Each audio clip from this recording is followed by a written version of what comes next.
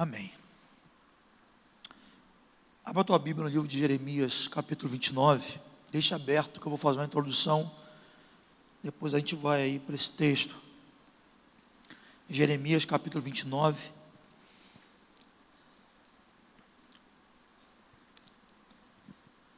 Quero falar um pouco sobre Deus, sobre o seu modo de agir. Quantos já encontraram aí, diz amém? Ligaram, abriram a Bíblia, amém? Nós sabemos que há muitos conceitos errados sobre Deus, todos nós sabemos disso, e os erros mais significativos que ocorreram na história da humanidade está essencialmente baseado numa visão errônea, numa visão incorreta de quem é Deus. E o fato do homem não conhecer o Deus da Bíblia, o fato do homem não conhecer o Deus das Escrituras, isso traz sérias consequências.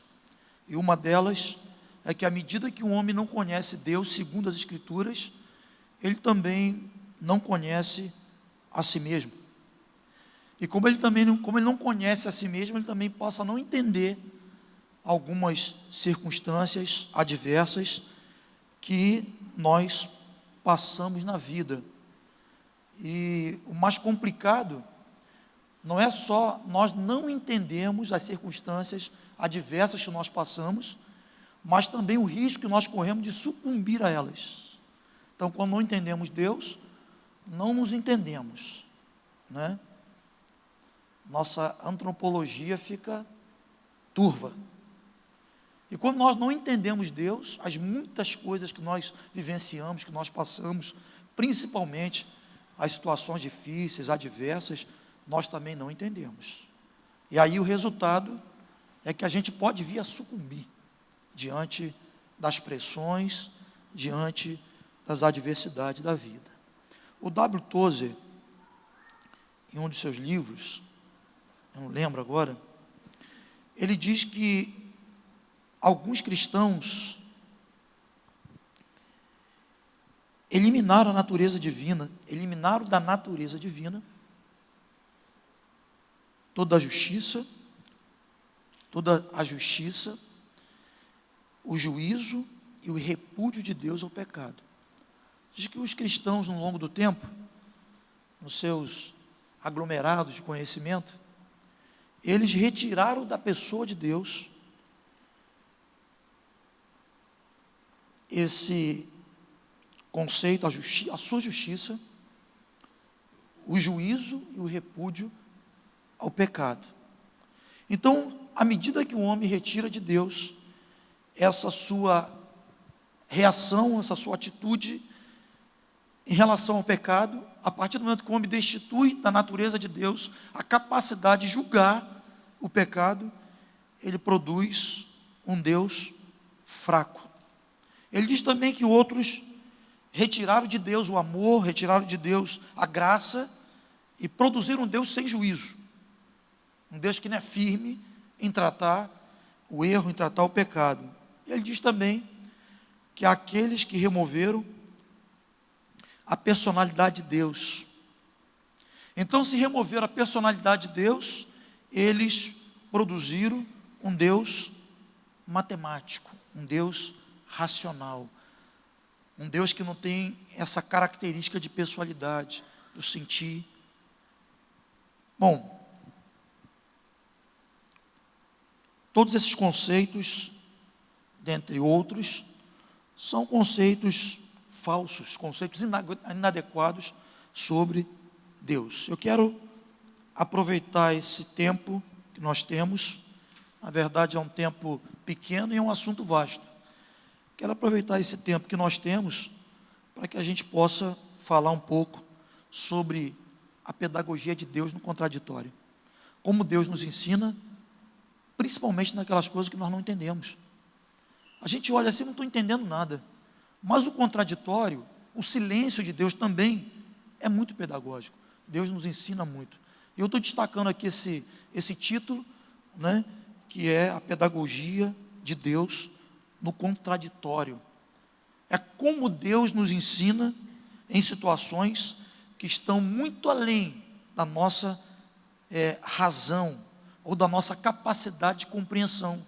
Então há situações que nós passamos que nós não conseguimos entender. A nossa razão não compreende, está além da nossa capacidade de compreensão. E como Deus nos ensina em situações dessa natureza. Agora abra a tua Bíblia aí, vamos dar uma lida em alguns versículos de Jeremias capítulo 11, nós vamos ler o capítulo 29, nós vamos ler do 11 ao 14 e vamos ver mais alguns avulsos aí. Então Jeremias 29, 11 diz assim: eu é que sei que pensamento que tenho a vosso respeito, diz o Senhor, pensamento de paz e não de mal, para vos dar o fim que desejais. Então me invocareis, passareis a orar a mim, e eu vos ouvirei. Buscar-me-eis e me achareis, quando me buscardes de todo o vosso coração. Verso 14: serei achado de vós, diz o Senhor, e farei mudar a vossa sorte. Congregar-vos-ei de todas as nações e de todos os lugares, para onde vos lancei, diz o Senhor, e tornarei a trazer-vos ao lugar de onde vos mandei para o exílio. Amém. Esses versículos, eles fazem parte de uma carta que Jeremias destinou, que Jeremias enviou aos judeus exilados em Babilônia. E ele no verso 4, nós não lemos, vamos dar uma lida aqui também, ele diz claramente para eles, que foi o próprio Deus que os deportou para a Babilônia. E nós sabemos que o Senhor permitiu que o seu povo fosse levado cativo para a Babilônia.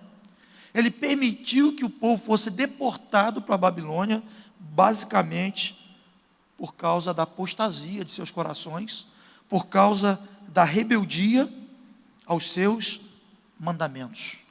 O povo se afastou de Deus. O povo se tornou um povo rebelde. O povo se tornou um povo resistente aos mandamentos do Senhor. E o Senhor permitiu que eles fossem sitiados pelos babilônicos e fossem levados para o cativeiro. Olha o que ele diz no verso 4. Diz assim: assim diz o Senhor Deus dos exércitos, o Deus de Israel, a todos os exilados que eu deportei de Jerusalém para a Babilônia. O povo não foi para a Babilônia simplesmente porque Nabucodonosor os odiava, seus valores, princípios. Eles foram levados para a Babilônia porque o próprio Senhor permitiu que eles fossem levados ao cativeiro, pelas razões que eu citei anteriormente, por causa da apostasia dos corações, por causa da rebeldia, por causa da dureza de seus corações. Deus, como um Deus zeloso, Deus, como um pai zeloso, permitiu aquela circunstância na vida do seu povo para os aperfeiçoar.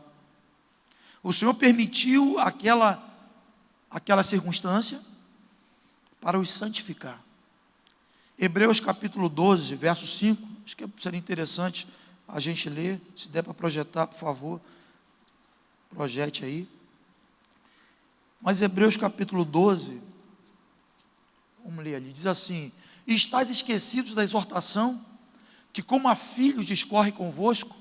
Filho meu, não menosprezeis a correção que vem do Senhor, nem desmaieis quando por eles és reprovado. Pode pular aí, por favor. 6. Porque o Senhor corrige a quem ama e açoita a todo filho a quem recebe. Olha a expressão, volta lá por favor, 6, olha a expressão. Porque o Senhor corrige a quem ama e açoita a todo filho a quem recebe. Verso 7. É para a disciplina que perseverais. Deus vos trata como filhos, pois que filho há que o pai não corrige? Verso 8. Se estáis sem correção, de que se tem tornado participantes logo sois bastardos e não filhos. Deus, como um pai zeloso, permite que a gente passe por circunstâncias adversas, nos leva para os desertos da vida, para forjar em nós o seu caráter, para nos aperfeiçoar, para santificar a nossa vida, para nos desviar dos laços do caminho mau, porque Ele é um Deus, Ele é um Pai zeloso. E o que nós vemos aqui nesse texto de Hebreus, o texto diz que o objetivo principal da disciplina de Deus em nossa vida é nos fazer participantes de sua santidade. Apocalipse capítulo 2, do verso 21 ao 22, na carta endereçada à igreja de Tiatira, Jesus faz uma advertência, que deve ser para nós, deve trazer para a nossa vida, um estilo de vida, de temor e tremor diante de Deus. Eu quero ler esse versículo também, vai dar para projetar aí? Apocalipse capítulo 2, 21, olha o que ele está dizendo para a igreja de Tiatira, está dizendo o seguinte: dê-lhe tempo para que se arrependesse, ela todavia não quer arrepender-se da sua prostituição. 22, eis que eu prostro de cama, bem como, na outra tradução, encerro, em grande tribulação, os que com ela adulteram, para que se arrependam das obras que ela incita. Esse texto é um texto neotestamentário, e é uma advertência forte.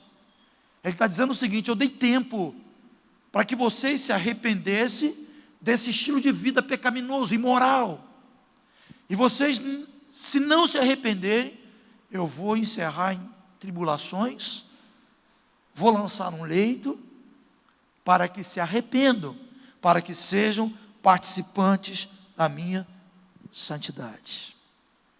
Volta no texto de Jeremias 29,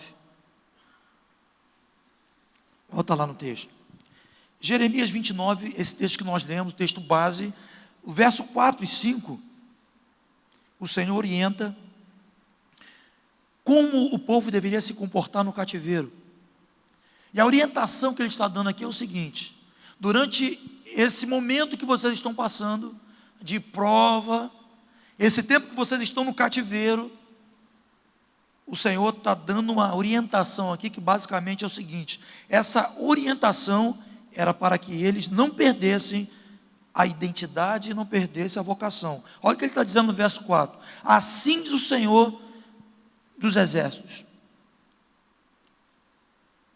A partir do verso 5, ele diz assim: edificai casas e habitai nelas, plantai pomares e comei do seu fruto, tomai esposas, gerai filhos e filhas, tomai esposa para vossos filhos, e dai vossas filhas a maridos, para que tenham filhos e filhas, multiplicai-vos aí, e não vos diminuais. Depois nós vamos ler o 7. O que ele está dizendo aqui é o seguinte: ele está dizendo como eles deveriam se portar no cativeiro. E como se portar no cativeiro é o seguinte: apesar desse momento difícil que vocês estão passando, dessa circunstância tão adversa, ele está dizendo o seguinte, basicamente: não percam a identidade e não percam a vocação de vocês. Ele está mandando plantar, ele está mandando edificar a casa, ele está mandando gerar filhos. Ele está dizendo o seguinte: apesar dos pesares, multipliquem. Apesar dos pesares, plantem, gerem filhos, multipliquem. O que isso tem a ver conosco? A forma como nós reagimos mediante as tribulações, mediante os desertos da vida, será determinante para a gente sair mais forte ou morrer lá. É muito arriscado quando, mediante as provas e tribulações, nós abandonamos aquilo que é essencial, ou não. Há pessoas que dizem assim: eu não estou orando, eu não tenho nem força mais para orar, só Deus sabe o que eu estou passando, então eu já não oro mais, eu não congrego mais. É arriscado. Quando nós passamos pelas situações adversas, quando passamos pelas lutas da vida, repito, e nós abandonamos aquilo que é essencial. O essencial é aquilo que é necessário para nós sermos aprovados nas provas. O que seria esse essencial para nós? Deixar de congregar. Quantas virtudes, quantas bênçãos nós recebemos quando nós estamos juntos. É quase que impossível alguém ser fortalecido, alguém compreender a vontade de Deus, mediante um momento difícil que ela está passando, sozinha, segregada, isolada. A Bíblia diz que a altura, largura, profundidade do amor de Cristo, nós compreendemos com todos os santos.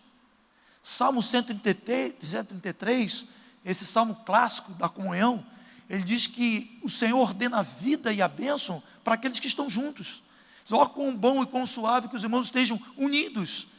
E esse texto tem uma expressão de dizer assim: ali o Senhor ordena a vida e ordena a bênção. Então você entra num equívoco, num erro tão sério, que você chega à seguinte conclusão equivocada: eu não vou mais congregar, não estou aguentando mais, devido a tamanha tribulação que eu tenho passado. Então, quando você deixa de congregar, você deixa de fazer aquilo que é essencial em meio à tribulação. E deixar de fazer o que é essencial em meio à tribulação faz com que você nunca saia dela. Você pode morrer nela, você pode morrer no deserto por deixar de fazer aquilo que é essencial, que é importante para você mudar o estado das coisas, você mudar a situação que você está vivendo. Então, o Senhor está dizendo o seguinte: vocês estão no cativeiro, o cativeiro é difícil, cativeiro é castrador, cativeiro é opressor. Plante, gerem filhos, multiplique. Não permita que essas circunstâncias façam com que vocês deixem de fazer o que é essencial. Então, deixar de congregar, deixar de pertencer, deixar de orar. Às vezes nós ouvimos alguém que está passando por alguma situação muito difícil, e a pergunta básica normalmente é essa: você tem orado? Como que está a tua intensidade de oração mediante o que você está passando? O normal seria a seguinte resposta, né? Eu tenho orado mais, até que o Senhor me mostre o caminho, me dê uma solução, envie a provisão. Mas às vezes nós ouvimos uma resposta negativa, falando: eu não tenho força para orar, não tenho orado mais, eu não estou conseguindo mais orar. Então, se você está passando por um momento difícil, se você está aí numa situação momentânea de algum cativeiro na tua vida, e você parou de orar, qual é a possibilidade de você sair dele? Então nós não devemos permitir que em meio às lutas, às adversidades, nós deixamos de fazer aquilo que é essencial.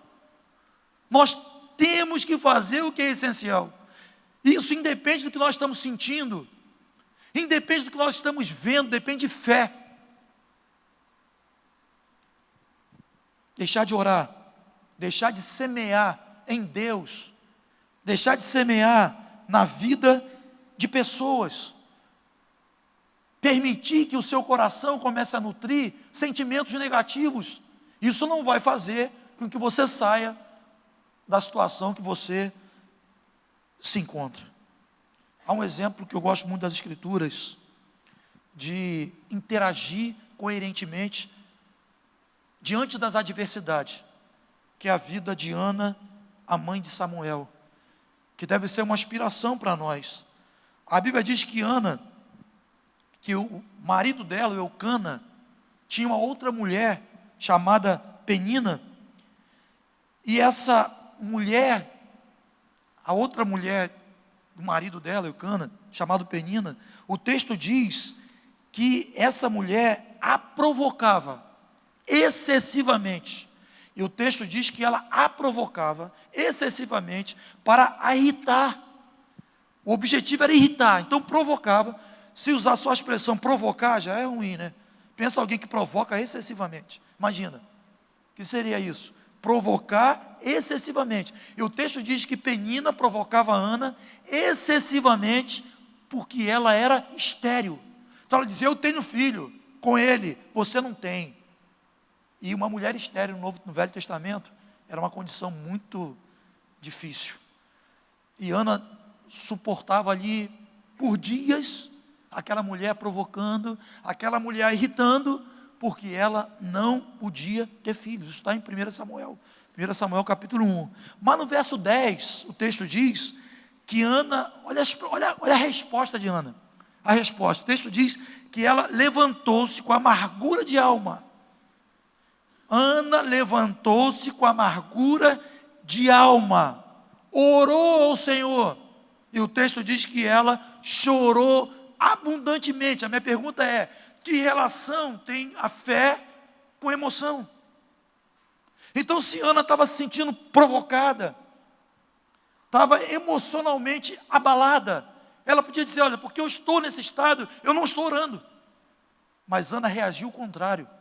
E nós precisamos saber reagir positivamente, coerentemente, nos momentos de luta, nos momentos de prova, nos cativeiros da vida.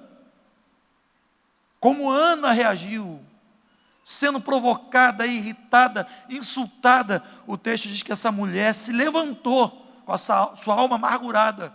Ela se levantou e ela orou ao Senhor e chorou abundantemente na sua presença. No verso 7, dá uma olhada aí, no verso 7, Jeremias 29, a carta diz assim para o povo: procurai a paz da cidade, para onde vos desterrei, e orai por ela ao Senhor, porque na sua paz vós tereis a paz. Então olha só, está dizendo o seguinte: vocês multipliquem aí, em meio à adversidade, à opressão, à dor, multiplique. Não permita, não anule a identidade de vocês. Não anule a vocação de vocês. Multiplique. Está difícil, é cativeiro, está complicado, multiplique. Depois a palavra aqui é o seguinte: ore. Procure a paz da cidade. Que cidade é essa? Que cidade é essa? Babilônia. Ore pela paz da cidade, para onde vos desterrei, e orai por ela ao Senhor, porque na sua paz vós tereis a paz. Que coisa tremendo.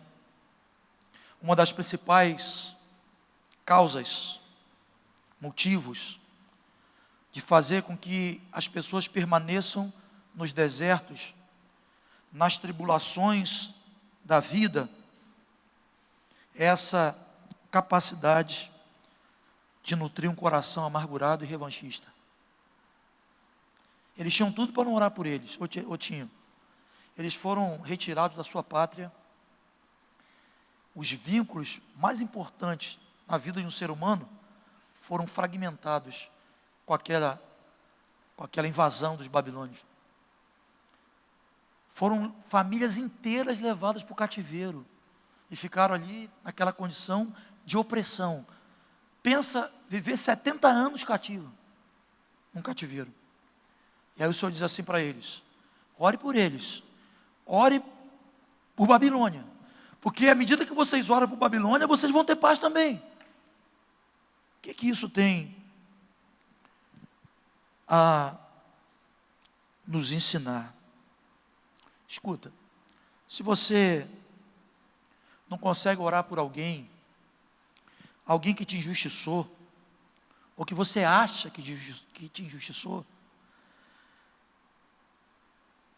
isso dificulta você sair da condição que você está. Se você tem alguma demanda contra alguém, você está dentro de um tempo assim de tensão, de divergência com alguém, e você não consegue orar por essa pessoa, a possibilidade de você sair da condição que você está é difícil.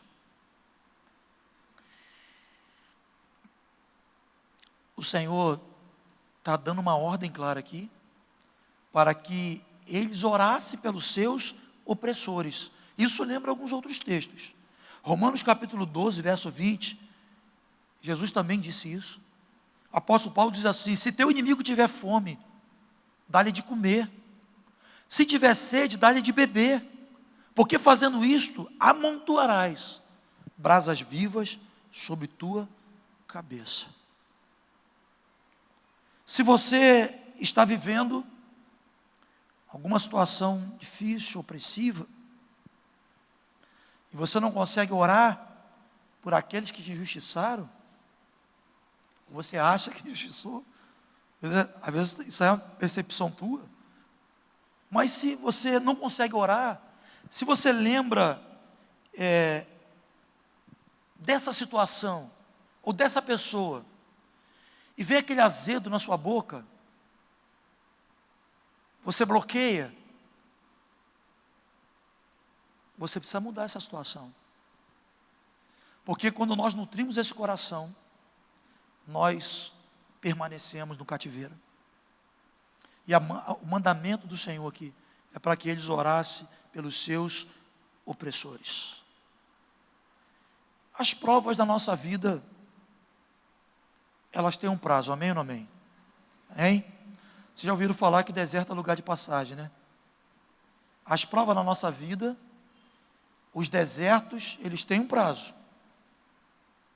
Agora, é importante a gente afirmar que de acordo com como nós reagimos ao deserto, nós podemos morrer nele, sem ver as promessas, ou podemos sair dele mais fortalecidos.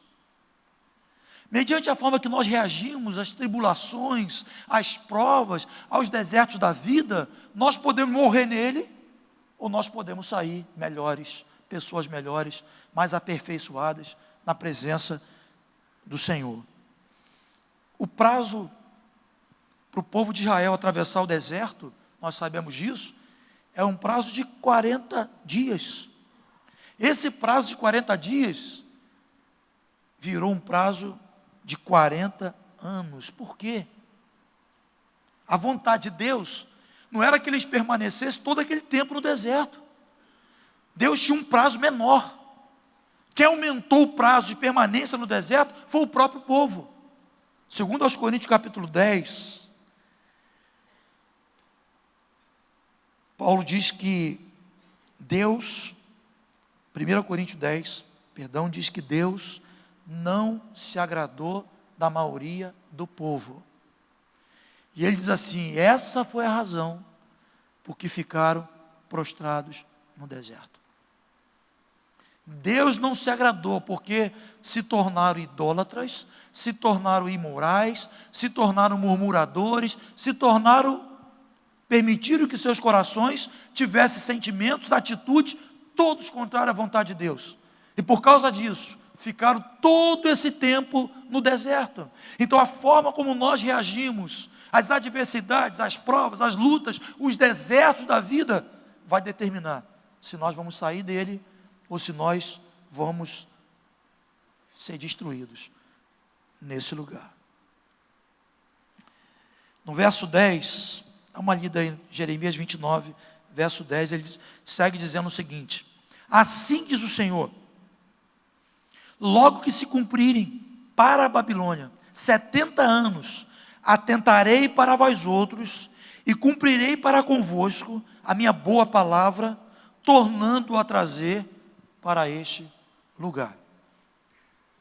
Ele diz: logo que se cumprirem para a Babilônia 70 anos, atentarei para vós outros. E ele cumpriu essa palavra. Ele tocou no coração do rei Ciro. Está lá no livro de Esdras, capítulo 1. O rei Ciro editou um decreto autorizando o povo de Israel a retornar para a sua pátria, para a sua terra de origem. Então o Senhor diz o seguinte: quando completar os 70 anos, vocês vão voltar para a terra natal. Vocês vão voltar para o domicílio de vocês. E aí a gente pode afirmar com toda convicção que as provas em nossa vida, ela tem um prazo, amém ou não amém? Deserto, ele tem um prazo, mas escuta uma coisa, fica firme, não dê lugar à carne, porque se você der vazão à carne, se você não se portar coerentemente, durante esse tempo na tua vida, você pode morrer no deserto, você pode ficar no deserto, sem experimentar as lindas e maravilhosas promessas de Deus para a tua vida, amém? Fica firme, não dê lugar à carne. Salmo 30, verso 5, diz que o choro pode durar uma noite, mas a alegria ela vem pela manhã. Choro pode durar uma noite, a noite difícil, angustiante, mas a promessa, a palavra do Senhor diz que a alegria ela vem pela manhã. Verso 11, o texto diz, eu é que sei que pensamento tenho a vosso respeito, diz o Senhor, pensamento de paz e não de mal, para vos dar o fim que desejais. Esse verso 11 fala essencialmente quem é Deus. Essencialmente quem é Deus. Ele é bom, amém ou não amém?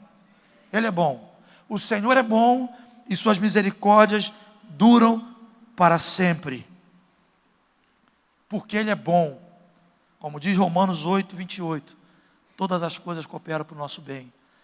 Porque todas as coisas cooperam para o nosso bem. Para o bem daqueles que amam a Deus, daqueles que são chamados segundo o seu propósito, ou segundo o seu decreto. Então esse texto ele diz, olha, Deus é bom. Eu é que sei que pensamentos que tenho acerca de vós. O meu pensamento, meu coração, é para dar a cada um fim proveitoso. Ou seja, no fim das contas, quando nós perseveramos no Senhor, no fim das contas, vai dar tudo certo. O Senhor não erra alvo. Eu é que sei que pensamentos que tenho a vosso respeito, pensamento de paz e não de mal, para vos dar o fim que desejais. Eu acho fantástico a forma como a águia cria o seu filhotinho, né? A biologia da águia está cheia de ensino. Mas no processo de criação do teu filhote, chega um momento que o filhote chega a um tamanho e a mãe entende que ele já está na hora dele voar. Só que ele está tão confortável naquele ninho e ele não vai querer sair dali. Todo dia ele tem uma comida fresquinha na boca, está grandão, só comendo no ninho. O ninho está quase rompendo, aquele bichão grandão lá. E a mãe entende que chegou a hora. Ela entende que chegou a hora dele voar com as próprias asas, né? Então o que ela faz? Ela coloca espinho no ninho. Por que o espinho no ninho? Para tornar o cafofo desconfortável. Então, ela vai colocando espinho, fazendo com que aquele ambiente fique desconfortável e provoque no filhote uma reação. Qual é a reação? Voar com as próprias asas. E aí, durante um tempo, ela vai tornando o ninho desconfortável. E se não funcionar, se ele não voar com as próprias asas, ela começa a aterrorizá-lo no ninho. Então o que ela faz? Ela dá um voo rasante, emite aquele som assim, né, para gerar medo, e nessa segunda tentativa, normalmente funciona, o filhote pula do ninho.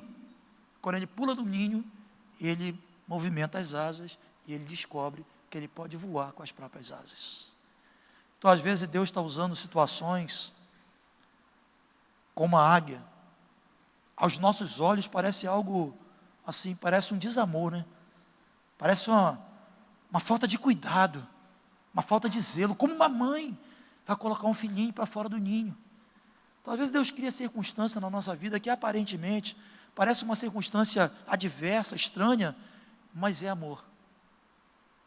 É Deus criando situações para fazer com que a gente amadureça, para fazer com que a gente voe com as nossas próprias asas. É isso que ele está dizendo, olha, não estranhe não estranhe o fogo.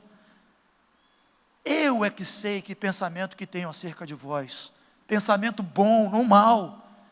Ainda que você possa dizer, pô, mas está doendo, está difícil, mas todo esse fogo, toda essa circunstância é para te aperfeiçoar, é para fazer de você uma pessoa melhor, uma pessoa mais quebrantada, mais dependente de Deus, uma pessoa que reflita de fato a santidade de Deus na sua vida, uma pessoa que ande como Jesus, que fale como Jesus, uma pessoa cujo alguém, quando olhar para você, vai ver em você características do Pai. Ouro verdadeiro, ele é depurado pelo fogo. E Deus nos prova. Deus nos leva para circunstâncias adversas, difíceis, para forjar em nós o teu caráter, para forjar em nós a sua santidade. Ele é bom, amém? Ele é bom e suas misericórdias duram para sempre. O verso 12, o texto segue dizendo, diz assim: então me invocareis, passareis a orar a mim, e eu vos ouvirei. Então me buscareis. Esse verbo buscar no hebraico sugere seguir atrás. O verbo buscar no hebraico é o mesmo que ter um foco ou uma procura intensa por Deus. Então ele está dizendo o seguinte: então me buscareis. Então me invocareis, me invocareis, passareis a orar a mim, eu vos ouvirei, buscar-me-eis e me achareis, quando me buscardes de todo o vosso coração. Temos que buscar a Deus com foco, buscar a Deus com intensidade, buscar a Deus com inteireza de coração. Ele está dizendo que ele seria achado se ele fosse buscado de todo o vosso coração. Nós não acharemos o Senhor quando o nosso coração ainda estiver um coração dividido. Nós não acharemos Deus nas adversidades, nas provas, quando o nosso coração ainda for um coração duvidoso. Nós acharemos o Senhor buscando a Ele intensamente, de todas as formas possíveis e cabíveis, intensamente, buscar a Deus intensamente, colocar nele toda a nossa expectativa, toda no Senhor, buscar Ele intensamente e com o coração reto diante dEle. No verso 14, ele diz assim: então, assim serei achado. Ele diz: eu não só serei achado, mas farei mudar a vossa sorte. Serei achado e farei mudar a vossa sorte. Eu sei que semana passada eu falei aqui com os irmãos que a gente tem vivido assim dias de muitas lutas intensas, e não é uma coisa assim isolada. A gente vai registrando um nível de luta coletiva e um nível de luta intensa. Não tem sido fácil. Os dias são maus, são tempos difíceis. Eu sei que você que está me ouvindo aqui nessa noite, você tem passado por situações difíceis. Você tem passado por desertos, por tribulações. Você de repente está dentro daquele grupo que faz aquela pergunta, né? Talvez não é uma pergunta muito certa. Senhor, por que eu estou passando por isso? Por que eu estou vivendo isso? É importante a gente melhorar essa pergunta, né, e fazer a seguinte pergunta, que é a mais correta: Senhor, para que eu estou passando por isso? Para que eu estou passando por essa situação?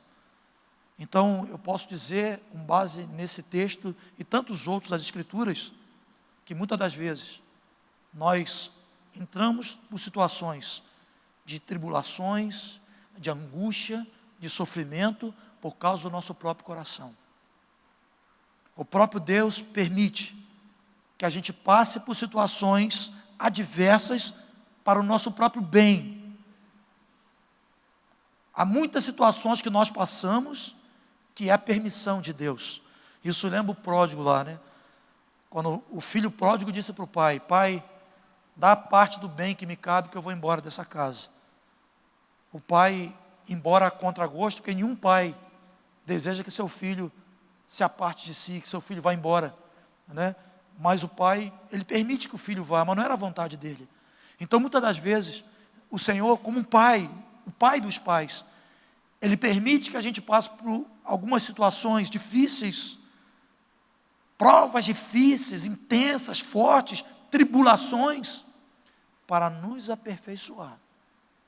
E muitas das vezes Ele permite, por causa da dureza do nosso coração, por causa da incredulidade, por causa da rebeldia, Ele permite que a gente vá para o fogo.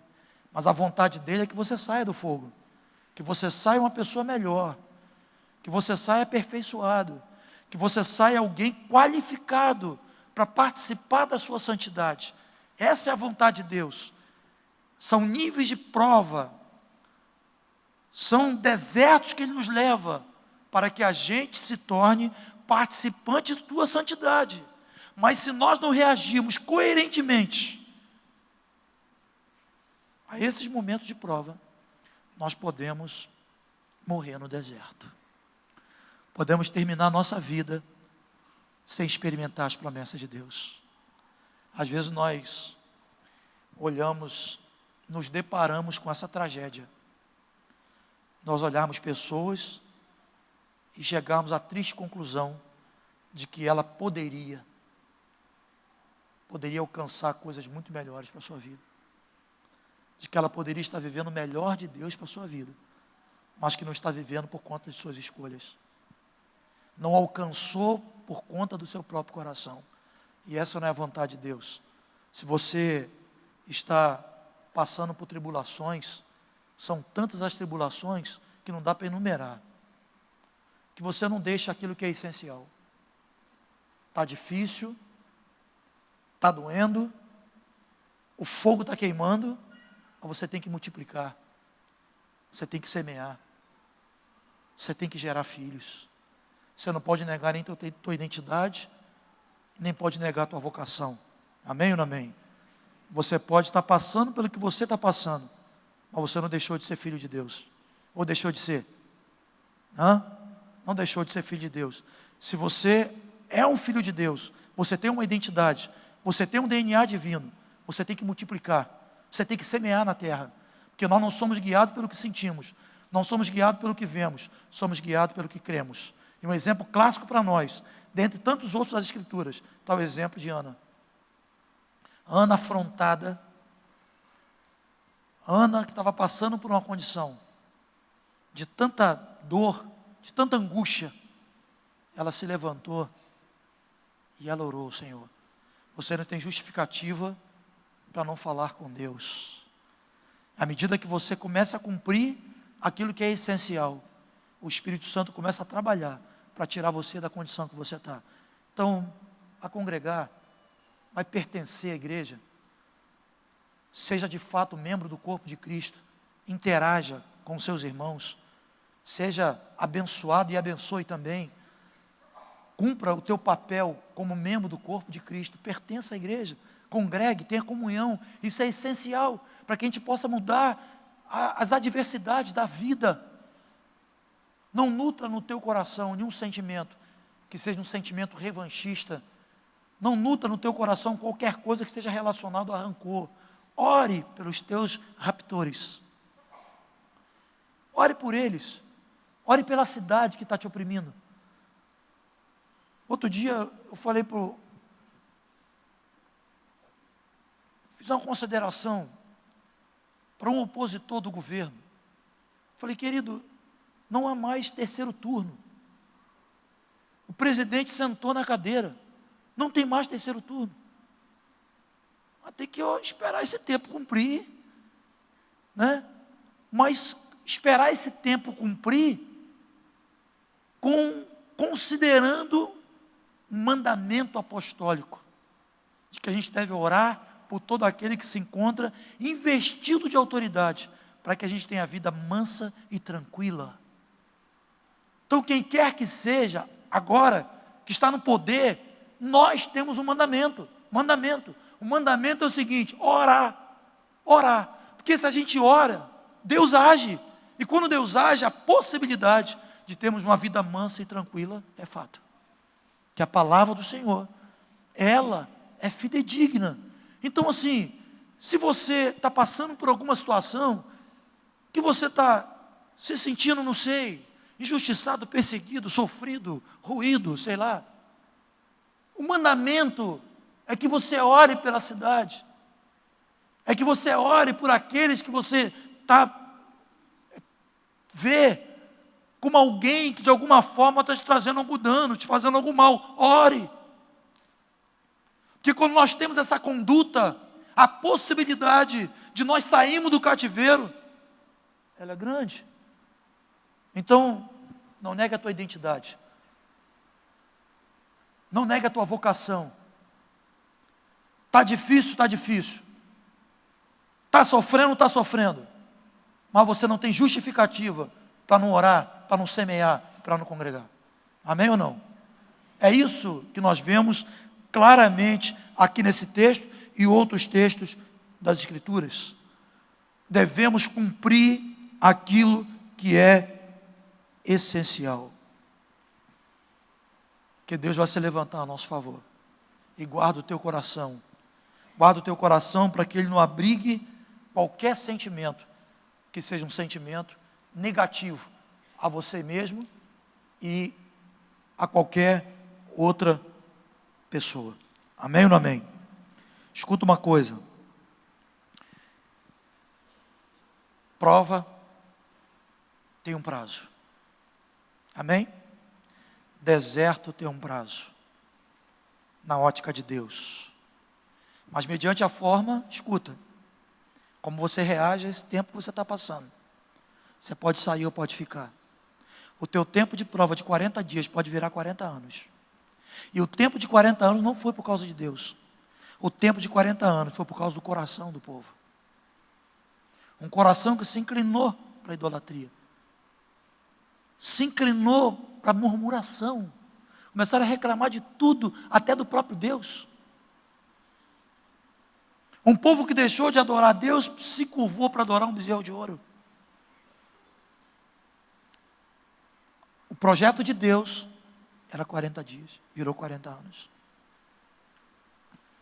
A forma como nós reagimos às provas da vida é determinante para sairmos, para prorrogarmos o prazo ou morrermos no deserto. Escuta, não dê lugar à tua carne. Devemos acatar esse mandamento aqui. Então, me invocareis, passareis a orar a mim, e eu vos ouvirei, diz o Senhor. Buscar-me-eis e me achareis quando me buscardes de todo o vosso coração. Farei mudar a vossa sorte. Vai você ficar murmurando? Ó que vida, ó que azar, ó que tristeza. Estou assim por causa do sistema, estou assim por causa dele, estou assim por causa dela. Se aquele dia fosse assim, hoje não estaria assim. Se eu não tivesse nascido, eu não estaria aqui. Ao invés de você ficar nutrindo essa condição de vítima, alimentar a vitimização, acata essa palavra aqui. Então me invocareis, passareis a orar a mim, eu vou ouvir. Eu não só vou ouvir, mas eu vou mudar a sorte. As lutas são grandes, as provas são grandes. Mas o Senhor quer te tirar dela. O Senhor quer te tirar do deserto. Ele quer te tirar para que você seja uma pessoa melhor. Mas tem aquela parte que é tua, que ninguém vai fazer por você. A soberania de Deus interage com a responsabilidade humana. Aquilo que é responsabilidade tua, Ele não vai fazer. Você tem que se posicionar. Você tem que ter atitudes que sejam atitudes coerentes, atitudes sensatas, que vai te tirar desse quadro que você se encontra. Vamos ficar de pé no nome de Jesus. Feche seus olhos. Vamos orar ao Senhor.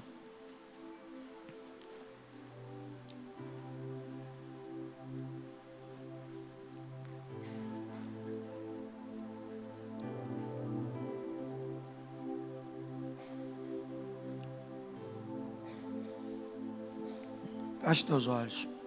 Vamos orar ao Pai.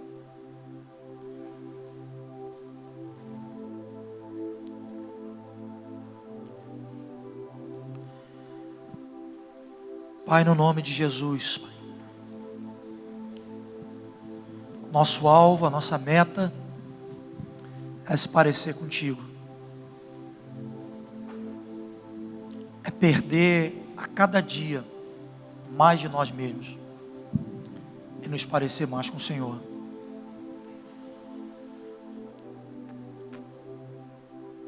Por isso, em nome de Jesus, Pai, toda e qualquer conduta, atitude em nossa vida e nosso coração, que de alguma forma, Senhor, tem resistido, tem dificultado esse processo de transformação em nossa vida, que nessa noite, em nome de Jesus, haja uma libertação, que o Senhor abra olhos aqui nessa noite, que possa olhar para o Senhor como um Pai, como um Deus que trabalha com todo foco, toda intensidade, para que a Tua santidade seja notória em nossa vida, que em um momento, nenhum de nós venha duvidar, Senhor, do Teu coração paternal bom, de um Deus que nos ama profundamente, e o Senhor nos ama tanto,